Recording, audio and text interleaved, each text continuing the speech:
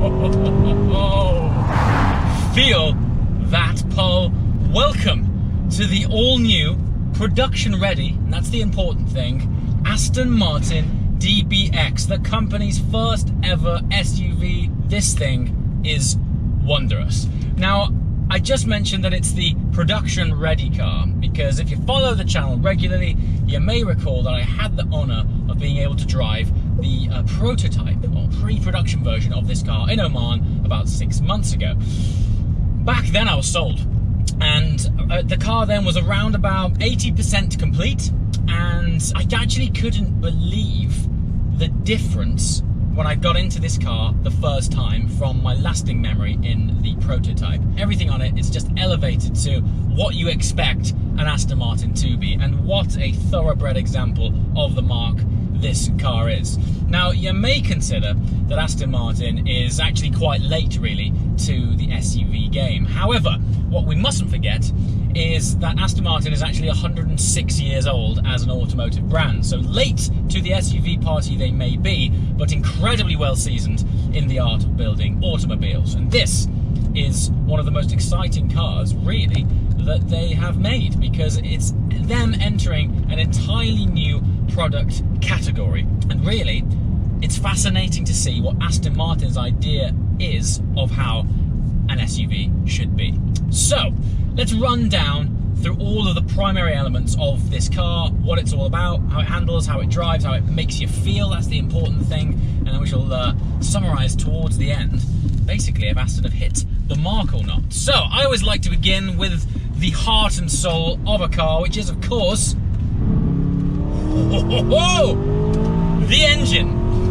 Now, in this car, it is the now familiar 4-litre twin-turbocharged V8. Familiar because it's basically the same engine that's found its way into the Aston Martin Vantage, which is in part one of the reasons why this car feels like a Vantage on stilts. That's one of the defining characteristics of how this car drives. We'll get onto that shortly, but first of all, the character of the engine. So a twin-turbocharged V8 results in around about 550 horsepower and 700 Newton meters of torque. It revs out to 7,000 RPM, but you find yourself snatching the gear around about 6,500. That's just when the torque feels like it's come to its end. And those extra 500 RPM, while it's still got some pull, it is also adding to the theatre. Now, while it is the familiar engine from the Vantage, of course, it has been developed and specifically tuned to suit the characteristic of an SUV, or importantly, an Aston Martin SUV, which means where the torque is delivered throughout the power band has been tuned specifically to the car. And importantly, because this car will potentially be used for going off-road, it's tuned for that, and also tuned for towing, because this is ultimately a practical platform. So while it is that sonorous, torque-filled V8 from Aston sports cars, it has been bespokely fitted out to suit the characters of their new SUV. And honestly, when you drop cog, there it goes, big pickup, out to 7,000, and listen to that gear shift, and that conveniently transitions me onto the gearbox. Now, we are running a more conventional torque converter automatic, however, this now has 9 gears, sir. That is in part to efficiency, but also with more ratios becomes more opportunities, because don't forget, as an SUV, it has to tick more boxes than any other category within the automotive sphere. I shall touch on that shortly, but just back to the gearbox quickly. While it isn't a twin clutch box, and I know I bang on about this quite a lot, but really there is hardly anyone in the SUV sphere that is using a twin clutch box. Reason being, ultimately these are practical cars. People will buy these, as I mentioned, to go off-road with, and importantly to tow things with. And it is the simple matter of physics that a torque converter box is much more suited to towing heavy loads. So say you wanted to tow your speedboat or your race car, you're better off with this gearbox than a slightly more performance orientated twin clutch. Also, while you may look at this and think it is quite a sporty SUV, and take it from me, as I shall share with you shortly, it is. Ultimately, as a daily driver, the way you'll be using this is in this mode.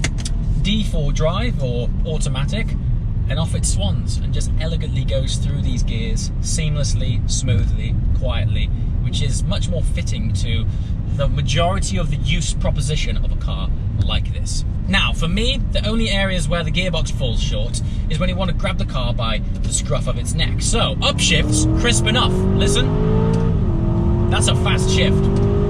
But it's under heavy braking, on the downshifts, it doesn't really slam that gear home for you. Now, I am probably splitting hairs, and as a use case, as I say, you're probably not going to be driving the car that heavy that often. However, when you put this car into Sports Plus here, everything gets taut and on its toes, and the whole car becomes a lot more alert and dynamic. It's the only character of the car which is just slightly letting it down. It's not a massive deal. Having said that, I do get the feeling that Aston have probably pushed this box as far as they possibly could. There's only so fast a shift that you can get with a torque converter box, and this is one of the best and one of the fastest I've found. So in that respect, really, it is pretty good. Now then, onto the chassis. Now normally, this chat in sports cars is obviously very important, but in this car, arguably even more important, and definitely more important for Aston Martin as a brand. So if you've been following the journey of DBX, you might recall that Aston have actually built their own factory specifically for the DBX. It's out in St Athan in Wales, and that is a massive deal, not just financially as an implication for the brand, but why it's a big deal for you and I and anyone who's going to have the luxury of experiencing one of these cars is because it is truly an Aston Martin chassis from a blank sheet of paper. Now you might be thinking, why is that such a big deal? Of course it is, it's built by Aston Martin. Well, not so. In the world of SUVs, it has become increasingly more popular for manufacturers and brands to share platforms. Take, for example, the Lamborghini Urus and the Audi RS Q8 are the same car. And you can see it. You see it in the design language, you see it in the interior, and while that might not bother some people, ultimately, when it comes down to the compromises you have to make, things like that get in the way. One of the most significant things of an Aston Martin is, of course, the way it looks. The design language of an Aston is iconic and therefore super important to the brand and the customer experience. Before you've even got inside this car, as you walk over to it, it looks beautiful. I'm going to put this out there, and I know aesthetics are subjective and personal, and everyone will have their own opinion, but I truly think this is the best looking SUV ever made, and that's a bold statement, but if anyone was going to do it, it's Aston Martin. However, the only way they've been able to achieve that is by having their own bonded aluminium architecture. The significance of the bonded aluminium is that that is a manufacturing process and a chassis design process which Aston Martin have pioneered and mastered over the years. They've been building their Super GTs out of a similar formula, meaning your DBS is constructed like your DBX. That means lightweight, fantastic torsional rigidity, and all in all allows them, this is the important bit, to create what an Aston Martin SUV should be. As a result, it is class leading in legroom, boot space, and headroom. Take it from me, when you get inside this car, and I used this example when I drove the prototype 6 months ago, if you've ever watched Harry Potter and you saw that tent which he got inside, from the outside it looks like a conventional tent, and then you stick your head inside and it's this massive hall. The DBX is kind of like that. From the outside, it's very cleverly packaged. It is actually a big car. It's just over 5 meters long. That's huge. But it doesn't look like it from the outside. Then you get inside and there's so much space. Subtle details which you would never really pick up on unless they were pointed out to you. Because it's their own chassis design, they've been able to sculpt and scallop away the side profile of the inner roofline here, meaning you've just got more headroom. You can't do that if you borrow someone else's chassis. All the hard points are fixed. You're locked in. Aston, this is what they wanted. They designed it for themselves. So when you get in it, it truly is a unique experience exclusive to this car. And then there's something else. Well, we're talking about engineering, and hold with me here, because I actually do think this is quite an important thing. Steering ratio. Right now, don't leave, okay? This is important. The steering ratio of a car really determines the way that it feels and almost what the car stands for. And let's talk about the extremes of how these two things feel. So if you were to have a steering input where you move your arms and it's quite slow, and the circumference of the wheel is quite large, and the inputs are sort of lethargic. It makes that car feel relaxed, a little bit sloth-like, and it sets the precedent for how you drive that car. Think of something like a Rolls-Royce. Generally have quite long, slow steering inputs, and as a result, you get in it, you sort of relax and you waft along. On the other end of the spectrum, you get in something like a Porsche GT3 RS, and the steering wheel is smaller and the steering ratios are also tighter, which means the inputs are darty and quick and fast, and it's not too relaxing, but it's very precise. What Aston Martin have done has created their own bespoke steering ratio to specifically suit how they believe an Aston Martin SUV should feel. You get in it and you sort of take it for granted, but do not underestimate the amount of effort that has gone into creating this steering feel and steering feedback. It is a perfect balance between that end of the spectrum of luxury and that end of the spectrum of sportiness.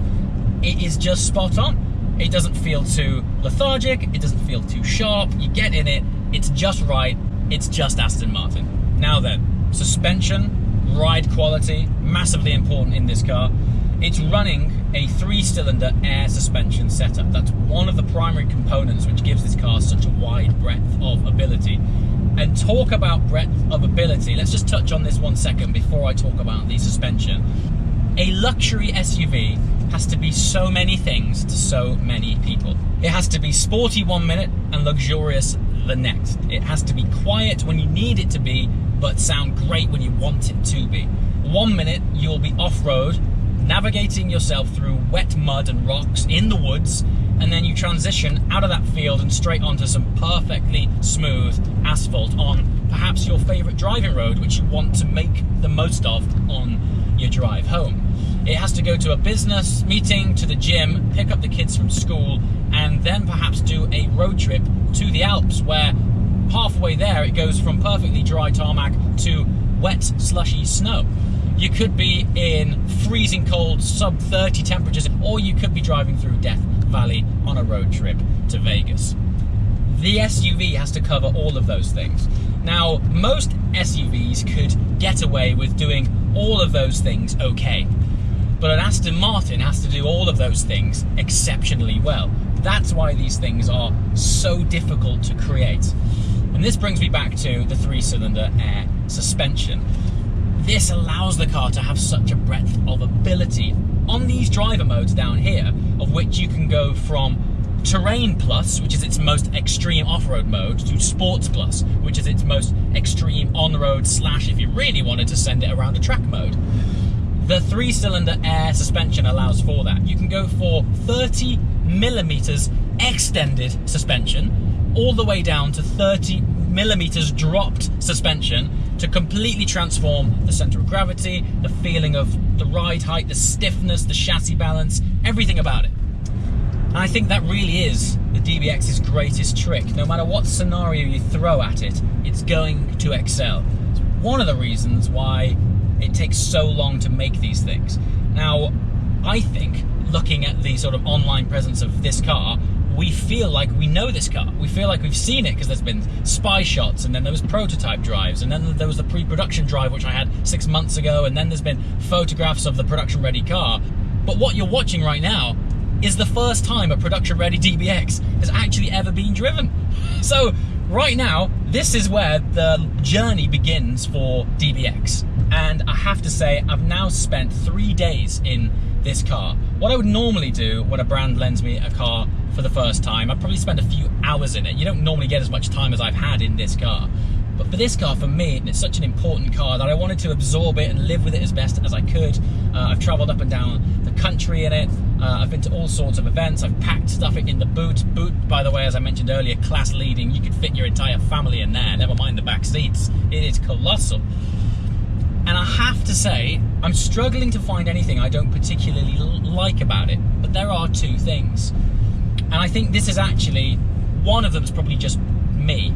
And the touchscreen isn't a touchscreen. You interact with this with the control dial down here. Now, once you've spent a few days with it, you learn to use it.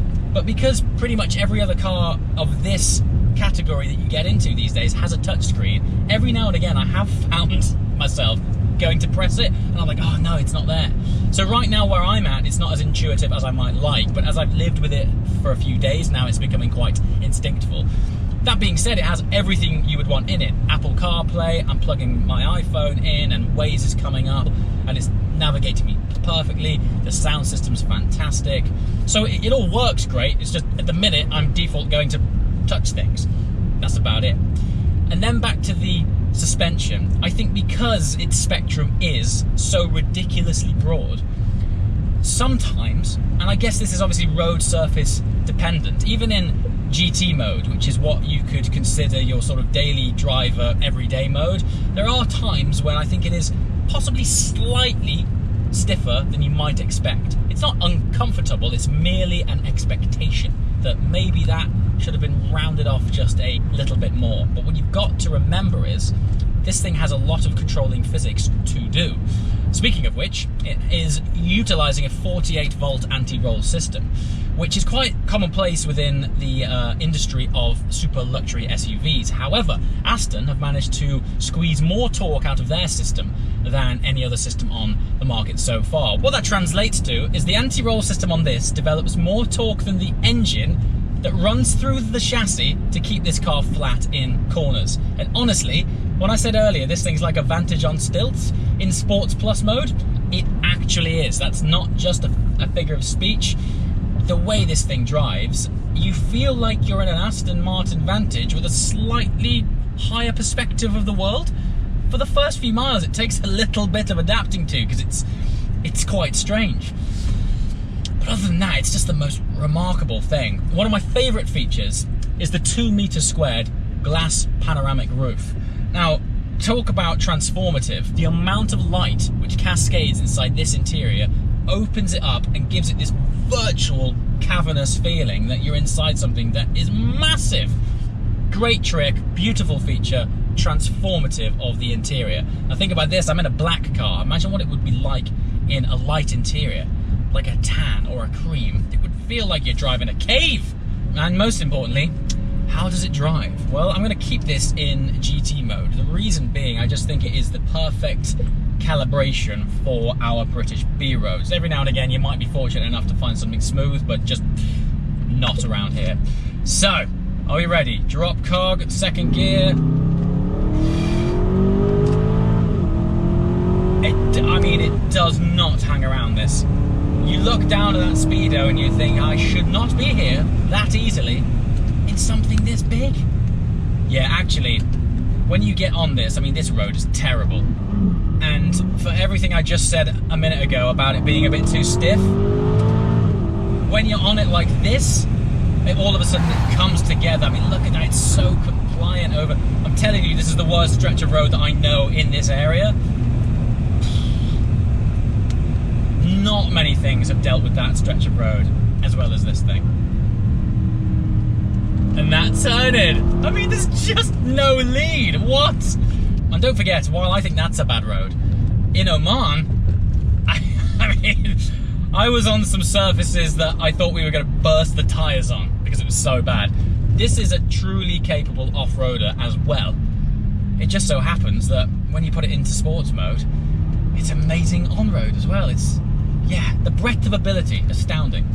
And so there we have it, really. I honestly think this is a monumental moment because I think this is such an important car for the British automotive industry that to finally be in the finished production version, honestly, I was kind of a bit nervous for them because this car is so important for Aston Martin. And it's fantastic to be in this car and see, first of all, just how far it's evolved since I drove the prototype. It feels almost like a different car. The difference between prototype and finished production, this is thoroughbred Aston Martin experience you would expect. I'm really pleased to share that. I would love to hear from you in the comments below what you think. Questions, comments, leave them below. If you like what you've seen on this video on the channel lately, please be sure to subscribe, and when you do, hit the little bell on the subscribe button to make sure that you get the updates so that when new content goes live, you actually hear about it.